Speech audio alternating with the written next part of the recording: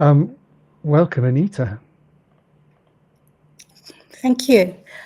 Yes, one of the biggest things I always come across when I work with couples is that language difference. There's often a sense that one partner just doesn't understand the other one, and vice versa. So I started using Thom Hartman's idea of the hunter in a farmer's world. He wrote a book many years ago where he um, started with the premise that maybe the ADHDs were descended from the ancient hunter-gatherers, whereas the non-ADHDs were descended from the farmers. And because of that, their brains develop very differently because they needed different strengths. And so I started using this with my clients and also for myself, because when I first got my diagnosis, I didn't like the idea of having a disorder. I didn't feel disordered. I didn't feel broken. I didn't feel I needed fixing. I just needed to understand who I was and how my brain works. And because everyone assumes the way that their brain, the way that they think, they feel, the way that they experience life, the way they behave is sort of normal, they assume everyone else thinks, behaves, feels, senses everything exactly the same way. And obviously that's not the case because our brains, they, they impact all of those things. And that means that when you have couples where one is one type of brain and the other one is the other one, that you totally different understandings. Your brain simply works different. So to start with, I used that image, the idea of the hunter and the farmer, as a metaphor, as a sort of a way to just explain differences. But recently, more and more researchers are taking this very seriously. So on my next slide, you can see two different, very recent, last year's research, both of which very specifically talk about this idea that the brains develop differently because from an evolutionary perspective, they need different strengths. So for example, hyperactivity, impulsivity, and novelty seeking is going to be incredibly useful if you're a hunter, if you're a hunter-gatherer, because you can react in a moment, you can react to any changing circumstances. And if you're a hunter-gatherer, you'd be nomadic, you'd be traveling around, you'd be constantly in new environments, you'd have to be able to adapt quickly to that. Whereas if you're a farmer, say, then you're fixed, you're in one place. And so what you need is very different. You'd need stability, you need to be able to routines, to do the same thing over and over and over again and feel very happy to do so. So I'm going to take you through several of these different themes to do with the farmers and the hunters. And I want you with each one of them to really think, in this case, am I more of a hunter or a farmer? Okay, so the next slide then is about orientation. So automatic choice of focus. So the farmers, if you think of a farmer, agriculture need to be really focused on details, need to be able to take all the daily tasks and do them exactly the same way, day after day after day. And they need to be really, really able to do this and to like doing it because the harvest depends on it, their life depends on it. So God is in the details would be a typical farmer saying. Whereas the hunters, they're very different. They are focused on patterns. They have a changing landscape the whole time. And so they would see the patterns of the land. Where is it greener? Where might there be water? Where do I see birds suddenly scattering from trees, which means there might be something, either a big predator animal or there might be some prey there. So all of those things means you need to be able to track changes, patterns. So change is the only constant is a typical hunter saying. So if you then take this with the next slide where I'm talking about the science, then the way the brain develops in non-ADHDers is that you get rapid growth of connections, which is called the sort of, pause one moment back. You get rapid growth of connections, and then all the ones that are not necessary or that are not very effective, they get pruned back. And then the remaining ones get myelinated, which is a sort of insulation that goes around it, which means that the transition is much faster and it goes through one specific path without being cut by any of the other connections. Whereas if you have the ADHD brain, there is a lot less of that pruning of the synapses. So all those separate little wires are still there. All those connections are there. There's also a lot less of that insulating myelination. And so it's a little bit like you've got live wires touching each other, sparking all the time. So you get like a chaotic inner life. But at the same time, that chaos, all those connections, also means you get sparks of genius. You get connections that have never been made before. And that is the big advantage of it. So both of these are good, right? So as a farmer, it's great because you can keep all the detail, you can keep life going. Society was really built by farmers, our society nowadays. Whereas ADHDers, they're the ones that can change things. They're the ones that will spot when something isn't right. So, for example, in a work environment, it's always the ADHDers that will say things like, but why are we doing it this way? And the typical answer of, because we've always done it this way, is never going to be enough for the ADHDer. So what then this has as an effect on the next slide is that we are impulsive, we get distracted really easily, and we have difficulty staying focused. And with this then, with all that difference in the way the connections and everything, it means that our two modes of focusing in our brain, and I'll explain a little bit more in a moment, but those two modes of focusing that we have are different from those of non-ADHDers. So normally you've got the default mode network, which is sort of like where you go back to, it's your default. So you're completely relaxed. It's your daydreaming mode. It's where you go back after you've focused and you relax. So you're zoning out. It's where your thoughts go all over the place. Then you've got your focused mode network. Now, your focused mode network is where you go through an existing path. It's a very direct, very strong focusing, so a real concentration thing. Now, with non-ADHDers, when this focused mode network switches on, the default mode network switches off, which means they can really concentrate. With ADHDers, when the focused mode network switches on, the default mode network doesn't switch off or not completely. So that means that all the while they are trying to focus, they also get distracted.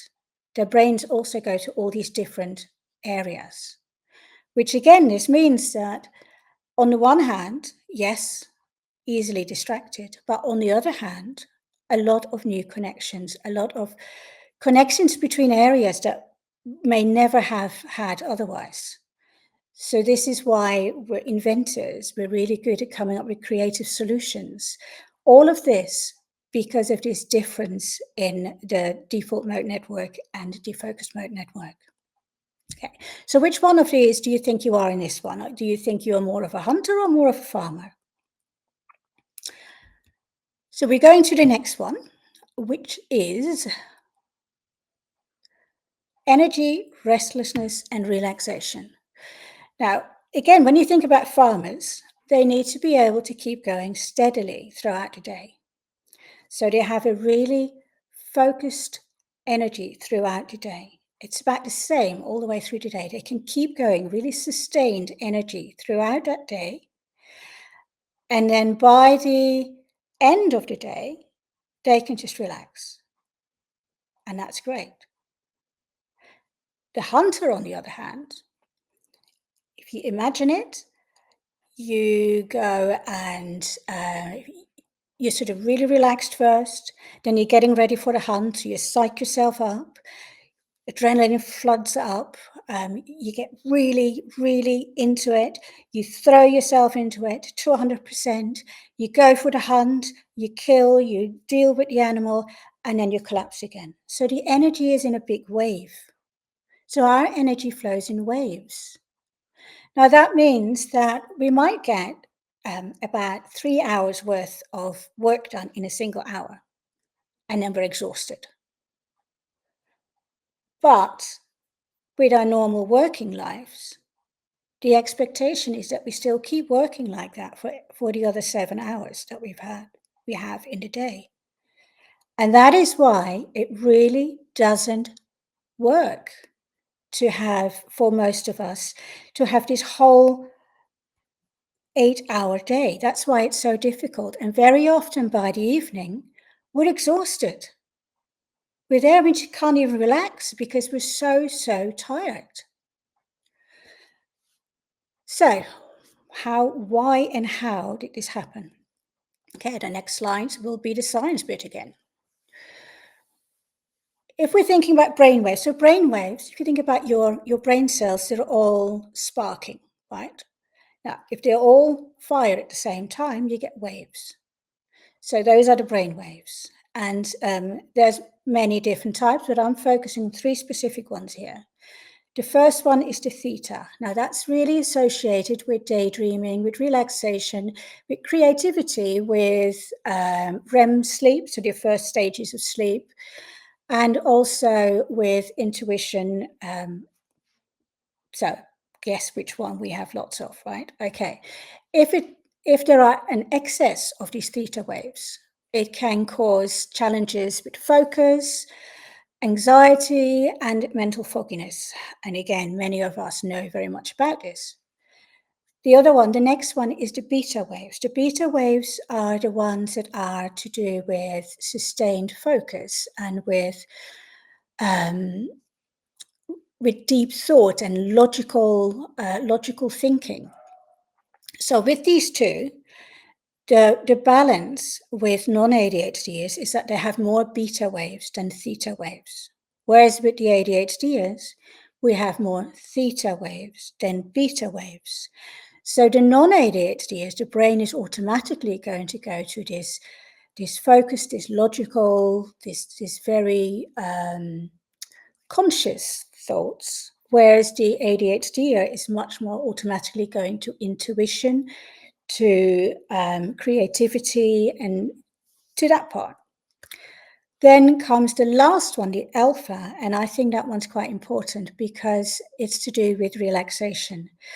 And so many of us find it really, really hard to relax. With the alpha waves, there is a difference, but there's no consensus yet what it is. There's only a consensus that there is a difference. So it might well be that the alpha wave patterns is why we have such difficulty with truly relaxing. But again, that one's not really up yet. Okay, so what is the result of this then? On the next slide, you'll find out. We have more daydreaming and less active concentration. We've increased creativity and better intuition. And with that, I really want to talk about that a little bit because we're always told with decision making that we have to do the pros and cons list.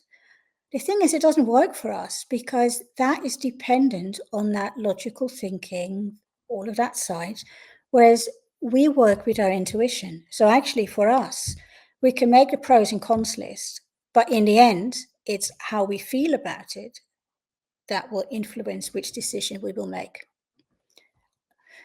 So there's also, we come up with a lot of novel solutions to problems, and we struggle with transition, and that's also because that involves a shift again in brainwave patterns.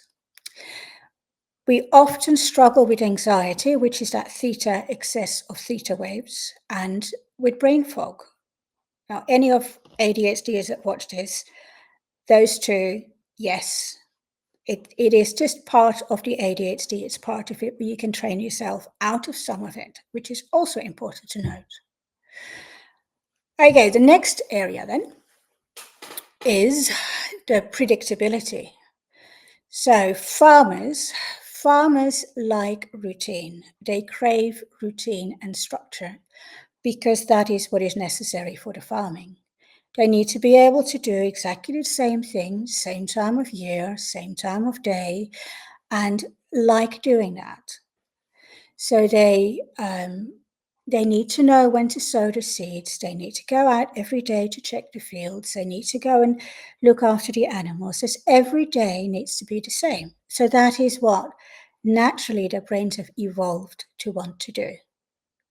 Whereas hunters, they react in a moment. They are very flexible. They can change direction in a second. And they get very tired of things when they're the same. So they need a lot of variety. They get bored very easily. On the other hand, they are extremely good in emergencies. In an emergency, you'll find while the non-ADHD is still trying to figure out what's happening, the ADHD is like everything clicks into place and they have seen what is necessary, they have dealt with it, and they're everything sorted before the non-ADHD half the time is even up from their chair. This is why so many of the emergency personnel are in fact ADHDers. So with this one, which one do you think you are? The farmer or the hunter? Okay. Let's find out a little bit more about it in the science bit.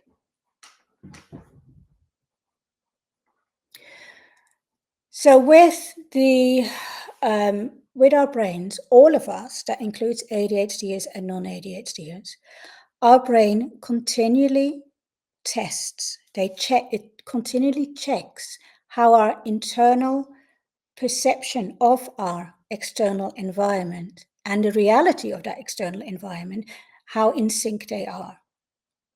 So it's like you've got an internal world that you assume the outside world is like.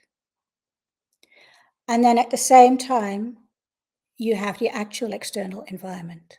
So the brain checks at times.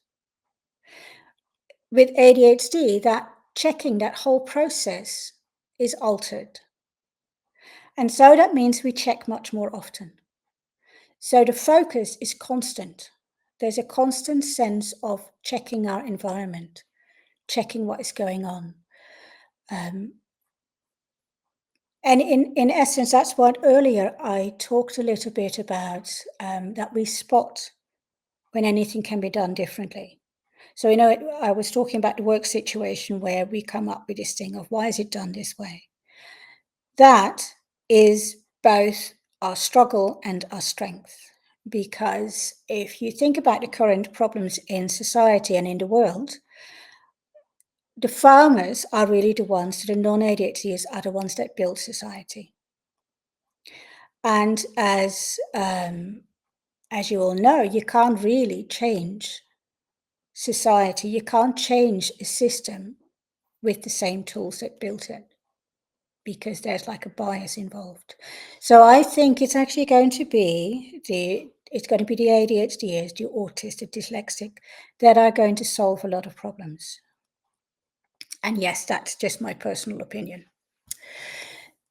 So what does this lead to, this constant shift then? On the next slide, you'll see that it's the constant and quick detection of any possibility of positive change, like I just said to you just now.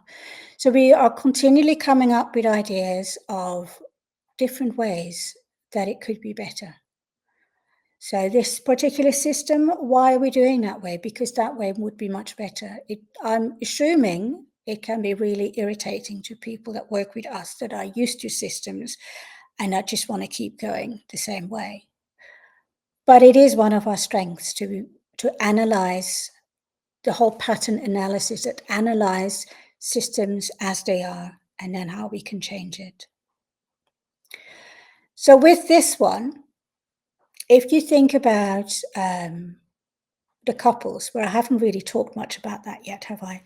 But if you take this one particularly with couples and you talk about situations, quite often you'll find that the non-ADHD partner will try to set up systems because that is how they work. But the systems are set up in a non-ADHD way. Whereas the ADHDers would set up totally different ways of doing things. It doesn't mean that they don't want any systems, because most ADHDers, we do recognize we need structure, some structure, but it's not the same structure. And so when I work with couples, this is one of the things we really talk about, is that the structure can be there, but it has to be flexible. So it's like a flexible structure where things can be changed. And if the ADHDer will come up with ideas to make it change, whereas a non-ADHDer will come up with a way that they can then implement it in a way that it makes it into a structure. So this is how you can complement these different strengths. Okay, next one. Sensitivity. This is something that is only slowly beginning to be clearly recognized, that ADHDers have a lot of sensitivities. But let's go back to the farmers and hunters first. So the farmers, if you think about farmers, they live in communities. They are in communities in a way that everyone has their own role, their own job. And so there will be someone whose task it is, for example, to guard everyone else, which means that the other individuals can just get on with the job. They can focus on it. They don't have to take everything else in. They can just focus on it because on their very specific role. Whereas the hunters, they are mostly on their own. And so they need to be able to pick up cues from everywhere.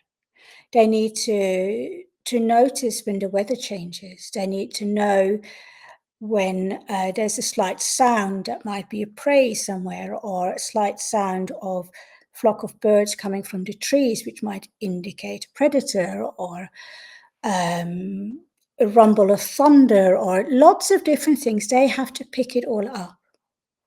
And so they are much, much more sensitive. Most of us ADHDers are sensitive in a way with sound, for example, with light. I've never been to a concert. I can't cope with concerts because of the sheer volume of sound. But light as well, bright light or flickering light I struggle with. But there's also things like a change in air pressure. I will always know if a weather front is on its way, because I'll get a migraine instant. So it's all these sensitivities, and they then have an influence on your life. So for the science bit now. So non-ADHDers seem to have some sort of inbuilt,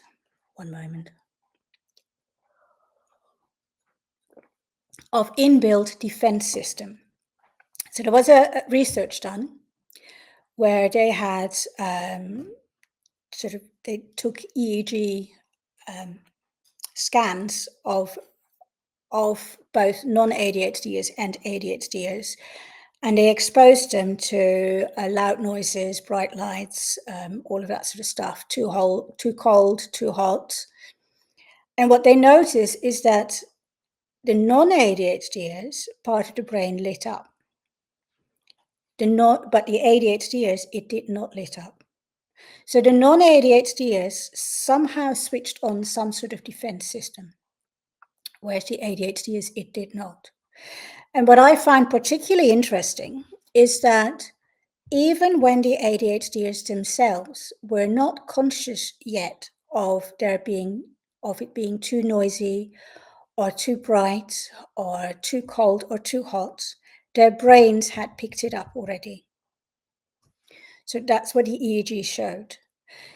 So this means then that when you come to even your home, if you constantly get lots of this sort of stuff coming at you, and it can also be emotions from people, it can be loud noises, people talking, etc., then it's very easy to get overwhelmed.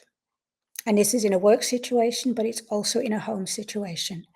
So what I find with ADHD, non-ADHD couples, is that the ADHD tends to need some time when they first come home to just de-stress. Whereas often the non-ADHD comes home and wants to talk. But the ADHD can't cope with this because it's too much input. At that moment, if they try and talk, they probably blow up with some sort of silly argument that they never meant to start, but somehow they were already on that heightened state. And that talking was just like the last drop, total overwhelm, big arguments, both going off in different directions, and then having to deal with it. So it's important for the ADHD that they get some time to actually just do whatever they need, and it's different for each one of us, what they need to just lower all those stressors. But it's equally important for the non-ADHD that they get time to talk. So it's more a sort of figuring out when the talk can be. So it might be there's like a break first. The ADHD can do whatever they need to do first. Then they come together with a cup of coffee or a cup of tea or dinner or whatever, and then they talk. Okay. So the next slide will show us the, well, actually all it shows is the little bit about the defense system. So yes, so on this one, which one were you more, the hunter or the farmer? Okay. Next slide, please. Okay. So this is a little bit of what it feels like. When you're the ADHD and you get all those impulses coming towards you. I used to try and explain it to people that it's like watching 7 different television channels at the same time and trying to get all that information in at the same time. So it's like all those sheep coming towards you and you trying to deal with it. You try and move one sheep away and the other one comes back in. Okay. So this leads to oversensitivity, to burnout through sensory overwhelm. So the senses literally get completely overwhelmed. And even if you take this into the hunter-farmer scenario again, hunters would be out in nature all the time, right? So nature would calm them. Whereas the farmers, they'd be in a community all the time. So they would be much more used to being around people. So even with that, it would fit in. Okay, so the next one is about, I will find out, can't remember, curiosity or perseverance. Okay, so farmers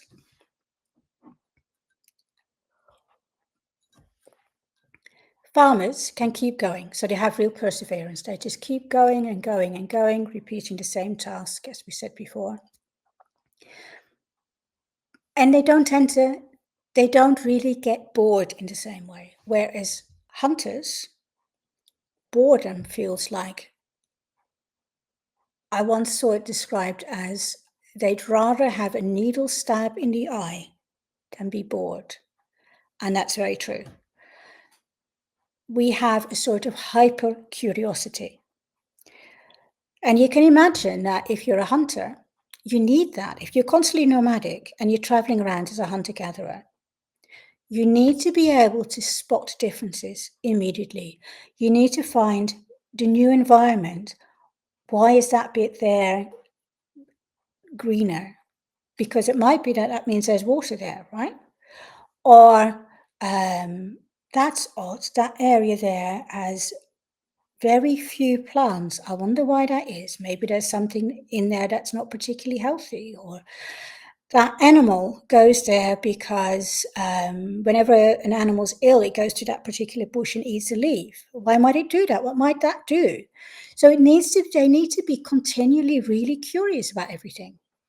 And so hunters need novelty, need continual change and novelty and new stuff. Okay, what that then goes to the, let's go to the science bit. So the science bit then is that this is quite new research again. All the research I've mentioned in here is all from 2024, 2025. So the hypercuriosity, as I said, might be really useful in ancestral environments. And when you get the slides, which I'm quite happy to share with everyone, by the way, when you see it, you can find the links to the research. You can read it for yourself. So what this leads to then with us is, for example, all these millions of hobbies, which all ADHDers will recognize. We go and find a new hobby, buy all the gear, and practice it for 3 or 4 months maximum, sometimes 3 or 4 weeks.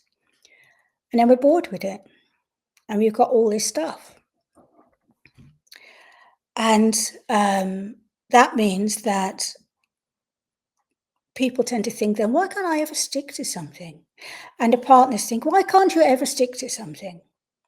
The reason is that you keep having to find new stuff. And that is that natural hypercuriosity. I don't know if you've ever done the VIA character test. It's you can go do it for free. It's called VIA, which stands for Values in Action character.org.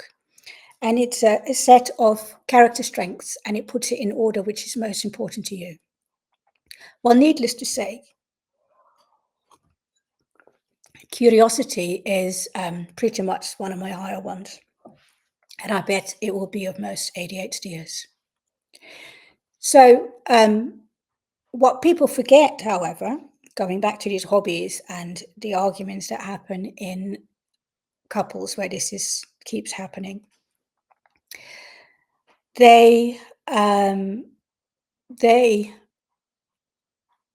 sorry, I got distracted by the little thing at the bottom. Distraction, right? Okay. What happens is that the hobbies, instead of getting rid of them completely, we can cycle hobbies. And I had no idea until I realized that I did actually get back into the hobbies afterwards. So most of our hobbies, and it goes to exercise, it goes for any arts and crafts, it goes for anything basically. We have it for a few months, we get bored, we leave it. A year later, we might pick it back up again. So don't get rid of that stuff. Okay, you might actually go back at it. Although if you haven't used it for like 3 or 4 years, then maybe not. Okay, can we have the next slide, please? So yes. So lots of exploratory behavior and novelty seeking. And then this is often labeled as distractibility and impulsivity. But in essence, it's a never-ending carousel of hobbies. But it is because of this hypercuriosity. And there's also a real thirst for learning. Not always academic learning, but there is still a lot of learning going on. The thing that made the difference for me was when I read the book, which is on the slide there, which is Refuse to Choose by Barbara Sher. She doesn't actually mention ADHD, but she talks about scanners. And scanners are people that do things and then change and go to the next one and change and go to the next thing. So it's all about having multiple careers. Yep, that would be me. Having masses of different hobbies, really throwing yourself into something, getting really good at it. And just at the bit you'd become a master in it, then it's boring. And then you go on to the next. So that book's really interesting to read. And the one bit I will never forget is where she says that when you've done something like a training thing, for example, which you haven't finished, as all of us have done, don't think that you failed, but think that maybe you got everything out of it that you needed. Or bless it and let it go. That bit was such a transformational moment for me because so many of my trainings, I get 2/3 of the way through, 3/4 maybe, and then I'm bored with it. I want something different. So maybe that is because I actually got everything out of it I wanted to get out of it. Now, for the life of me, I can't remember if there is more slides after this or not. So, Henry, could you just check? No, that's the last slide. So, what I want to do is really open it up for questions because I wanted to do this because I'm sure there's lots of questions coming up here. Howdy. I thought that was wonderful. Thank you so much. And yeah, just absolutely wonderful. And I just need to get rid of these slides quickly. There we go. No, I love it. I particularly like the discussion we just had on hobbies is a favorite one for me. I love that framing of that you've got everything you want out of it, and I had my own interpretation of that, which is the way I made peace, and this is before I had my diagnosis and understanding. I was just like, and I exactly as you said, like you feel awkward. You're like, I'm failing at this. I'm failing at hobbies. Like I'm supposed to like love one and stick. Like that's what I need to pick like trains or something. And like that's me, and it's not. And I reconciled that by just going right. My hobby is doing new things for a while. I love Like, that. and so and in that I'm really consistent. Like I my entire life I do it for a little while. I get to an area. I get to a level of like solid mediocrity. You know, I'm capable at it, and you know that sort of Pareto law, which is that it takes uh, 20% of the time to get to 80% of the understanding, and then the remaining 80% of the time is to get that last 20%. I looked at that thinking and went, I should do a lot more of that first section. Like, that seems to be where you get the real value. And, but obviously, remains the problem of like the stuff you buy for the hobby. And I've also reconciled that with eBay. Like, what Yeah. eBay giveth, eBay can taketh away. Like, if you buy it on eBay, then you're only now exposed to the marginal cost of like when you sell it and the difference you sell it for, which probably won't be huge. And Yeah. I often thought there should be a library for ADHD hobbies with all the gear ready for the next one. I a part of me thinks this is a great idea, but the other part of me knows that one of the things I love to do is dive deep into the stuff, find out the exact thing that I think is perfect, and go get that. And which obviously a library, you know, won't have my exact one, but eBay is a very, you know, big thing. Yeah. Like it's um, actually maybe the way to think of it is eBay is the library. Yes. And you're just paying your fees. Right, we've got lots of questions, so I need to come on to those. Thank you. I thought it was fascinating, and I apologise. So, and we've got a team effort here. So there's the wonderful Lauren, who's actually on later, help with the slides. I took, and it was me who did the little messages at the bottom, which distracted you, which meant I felt a little bit bad. So my apologies for that. Right, questions. Let me pull them up. Anyone, you can put questions into the. We've got a feed from wherever you're watching, so we can pull questions in from there, and you should have seen us able to pop those up for some of those that have come up. But you can also go to globaladhd.com, the main sort of site, and put them there. We are currently sitting at global live streams. When I last looked, we were at 50.1K, so 50,100 people. So far, I've seen some of the conference. Yeah, you can see us on Instagram, YouTube, X, LinkedIn, on the global-ADHD.com site itself. Right. To the point where I'm like, where are those stashed questions? How do you handle household responsibilities when one person needs routine and the other thrives on flexibility? Okay, that one comes up a lot. I think household chore is quite a big one. The way I often get people to do it is to, first of all, write a whole long list of chores, everything. And I don't mean just the household bits, but also things like organizing holidays, birthday gifts, everything, a whole long list. Then divide up a piece of paper each where you have a big cross through the middle. So you divide it up in 4 quadrants. And then the top left, you put everything that you would love to do anyway. So that gives you energy. So any part of any of those chores that gives you energy, you pop in there. The top right, you pop all the things that you're really good at. They might take energy, but you're really good at them. So you pop them in there. Bottom right, you put all the things that you're quite willing to still learn and you think you might become good at. And anything left over, you pop in the bottom left. And you both do this, and then you compare. Anything that's in the top left, you keep hold of that because that gives you energy anyway, so you keep doing it. Anything in the top right, you discuss and you sort of make sure it's even the amount of stuff you do.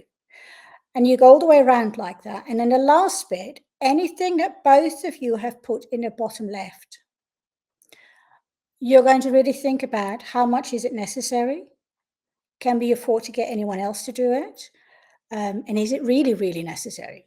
Things like, a daily vacuuming of the house, for example. Is that actually necessary, or could we do it once a week? No, so that's one part of it. And then the structured part, what I often get people to do is to organize meetings. It sounds really odd, I know. But a meeting between a couple, a weekly meeting, say, beginning of the week or a Sunday evening, where you sit down and you discuss the week ahead, what needs doing, what are all the things you still have to do, you put them on a joint calendar, but also who's going to do what of it, and where do we put the reminders, so that you've both organized it, because otherwise what happens is the non-ADHD takes on the role. And the non-ADHD gets absolutely exhausted with the role of managing the whole household. And that's not fair. But at the same time, the non-ADHD assumes the ADHD can't do it because they forget things, etc., which is why it's so good to do it together. So you have this meeting once a week where you sit down and you discuss all of it and you go through it. And that then means there is a flexibility in that, because you've got the structure of the meeting and then sorting it out. But for the rest, it's up to each individual to figure out when. And then the last bit is that when it's anything to do with the chores that you hate and that, for example, the ADHD you'll always forget, you do a body doubling episode. So you both do things. Doesn't mean you have to do the same thing. But for example, Friday after work, you come home and you think, right, it's cleaning time. Okay, we're both going to clean. What from this list are you going to do and what am I going to do? And then you do it. It's much easier for us to do it then because there's someone else doing it as well. Thank you. And I thought that matrix was really great. I can see why you're such a good coach. Thank you. But I thought it does a really good job of disconnecting a lot of people evaluate, particularly in a relationship, like it's how much effort they're putting into different things. And that can create a real disparity where people are putting a huge effort into something that actually the other party finds easy and so don't value, like they don't recognize like it's such a big deal. And so splitting out and recognizing, like judging it by the results and being able to split it on effort, so it's a big deal. I was thinking we have in my own household, like we have similar things going on. Like I find, well, putting together the regular shop, I'm not good at it. Like I'm definitely the right who delivers in an hour type. I'll get this stuff now. My wife's very good at it, but it's like for her, not such a still obviously effort, but not quite the level for me. And it's the exact opposite for say cooking. So like I'm happy as Larry cooking, and well, I have to be fair to her. She's like got quite into it in more recent years. Um, uh, and then we have like cleaning up after, like so our deal is one cooks, the other cleans. But like once we hit like after basically dinner, I am out. Like the effort to tidy, I can basically do it, but I have to be really angry. I just like every part of my energy is gone. Like I just want to relax. Whereas in the morning, like I don't mind. I'm like, yeah, do, and it's taken a little while to get to that piece of like, we're just gonna shut the kitchen door, and then I'm like, and I'll deal with it in the morning. See, I'm the opposite way around. I can't cope with the morning stuff. Yeah, I don't like. I've got better. Well, to be honest, I don't like it, but I like it a lot less than I don't like the evening. Doing it in the evening, and I'm reconciled with that. That is what I'm. But it's that split, which is wonderful. That was really great, Anita. Thank you so much for everything. That was just very, very interesting and a really great discussion on so many aspects. And I think that, that juxtaposition in relationships is critical and continues from some of our earlier presentations. You've been absolutely wonderful. Thank you so very, very much. Thank you.